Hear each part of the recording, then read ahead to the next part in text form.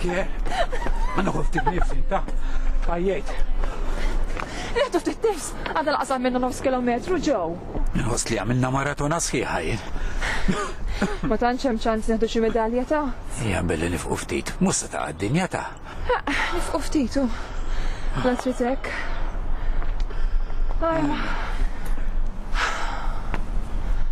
Isma' ġew kont qed naħseb. Tajt. Kont qed naħseb fuq il-miliet.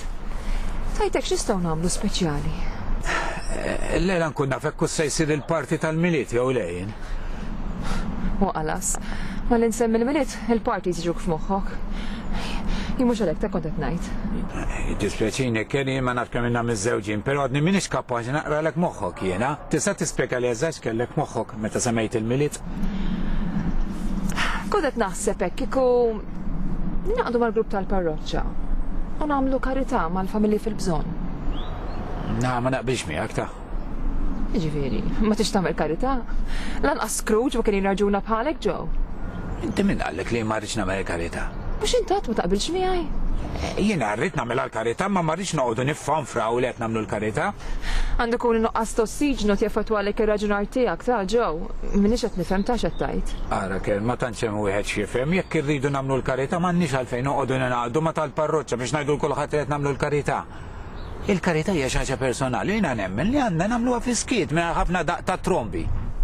Ma il-karità sabiħa tagħmilha fi grupp, għax bis-saħħatek is-solidarità toħroġ aktar b'saħħitha. Skużi, ta' ġifieri imma jiena nagħmel il-karità fil-privat mingħajr ma ħadd ikun jaf biha, ġifieri il-ġestija ma jkunx jott. Tajt ġew jien se naqgħad mal-grupp tal-parroċċa f'inizjattiva favur il-karità. U jien il-karità ħanagħmilha fi skiet mingħajr ma nagħti sodisfazzjon lil ħadd. Dwar dan nitkellmu naslu d-dar. Issa aħjar nkomplu l-ġirja għax se neħdu xi rieħ. Rieħ joqgħodni jom biżżejjed għandi għadmi u ġanin, però ftakar il-karità ħanagħmilha kif nixtieq jien. Kompli oħrom ġew, ejja ċaqlaq. Kontu qed titkellmu fuq il-miliet. Ħanamlilkom mistoqsija. Taħsbu li għandna inkomplu nagħtu r-rigali fil-miliet f'din as-soċjetà konsumerista jew sa nkomplu nippromuovu il-kummerċ sfrenat?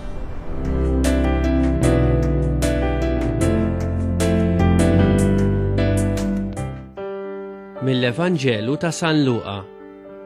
F'dawk il-ġranet, Marija qamet u marret ħaffef lejn l-oljiet f'belt tal-Ludija.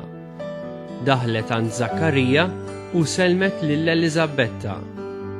Malli Eliżabetta semat lil Marija selmilha, it-tarbija qabżet fil-ġuf tagħha u Eliżabetta imtliet bl-Ispirtu Santu u nfexxet fajta kbira u qalet: Imbirka inti fost in-nisa u imbirek il-frott tal-ġuf tiegħek. U minn fejn ġieni dan li jom il-mulej tiegħi tiġi għandi?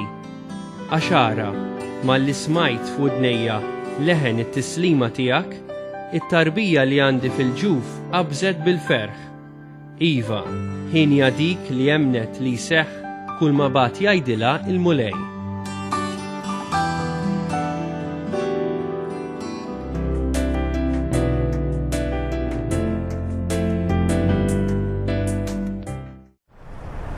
Min jgħid li il-miliet aktar ma jgħaddi żmien aktar isir festa pagana. U fost l-affarijiet li nsemmu hija loti tar-rigali. Għaliex bekk qed nuru dejjem aktar li qed ngħixu f'soċjetà konsumerista u qed indarru tfal ħażin. Ikolli ngħidilkom li ma naqbilx ma' din l-idea. Għaliex? Għaliex ir-rigal huwa sinjal. L-isbaħ rigal li jirċevejna kien il-Ġesu Kristu. Alla l-missier tagħna l-isbaħ rigal għaliex batilna lill-ibnu stess li sar bniedem bħalna. Dana ir-rigal kien l-aqwa qatt ta' mħabba, l-isbaħ karità. Jekk allura immorru għall-iskop oriġinali tal-loti tar-rigali, ma nirrendux il-miliet pagan meta nagħtu r-rigali, anzi nagħmluh aktar reliġjuż. Li jonqosna hu li meta nagħti rigal jien nispjega għal xiex qed nagħtih ir-rigal. Ejja nirraġunaw, ngħiduha kif inhi. Jista' jkun jiena jiġi milied u lill-liedi ma nagħtihomx rigal jew jien lin-neputijiet tiegħi ma nagħtihomx rigal, jew lil marti jew lil żewġi ma nagħtux rigali lil xulxin. Issa x'ikun? Ejjew nibqgħu nagħtu r-rigali għalkemm tajjeb li ma nesaġerawx. U nfakru għax aħna nsara għal xi qed nagħtuh ir-rigal. Jiena qed nagħtik dan ir-rigal b'simbolu.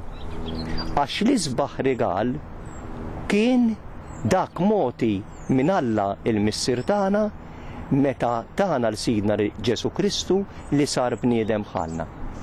Jekk nagħmlu hekk ir-rigali li nagħtu inkunu qed nagħtuhom skop. U tajjeb niftakru illi l-isbaħ rigali li nistgħu nagħtu lil xulxin u li nagħmlu xi ħaġa ta' ġid tal xulxin, speċjalment ma' minnu fil-bżonn. Ejjew ma nonqsux li dan il-milied nagħtu rigal lil min għandu bżonn u nagħmlu l-ġid.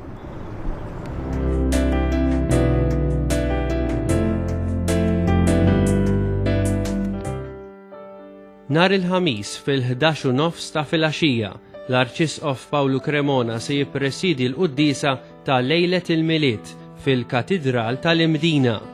L-għada il-ġimgħa fid-9:15 ta' filgħodu l-Arċisqof imexxi quddisa pontifikali ta' jum il-milied fil-Konkatidral ta' San Ġwan. Fisem l-Arċisqof Pawlu Cremona, is-Segretarjat tal-Mezzi tal-Komunikazzjoni Soċjali u l-Uffiċċju Komunikazzjoni fih dan l-Arċidjoċesi ta' Malta jawguraw milied ħieni lil kulħadd.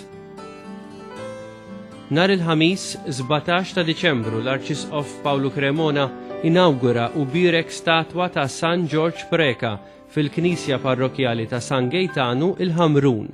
Il-Kappillan Don Henry Balzan irringrazzja lil benefatturi kollha li qal għamlu din il-ħolma possibbli u wera l-fema li għalkemm Don George ma kienx ikun jixtieq monumenti u lanqas għandu bżonnhom, il-poplu Ħamrunis xtaq juri l-gratitudni tiegħu lejn San George Preka u jibqa' jfakru għal dejjem. Tinsiex iżżur il-website www.maltadiocese.org biex tkun taf aktar dwar dak li jkun għaddej fil-Knisja Lokali u dik Universali.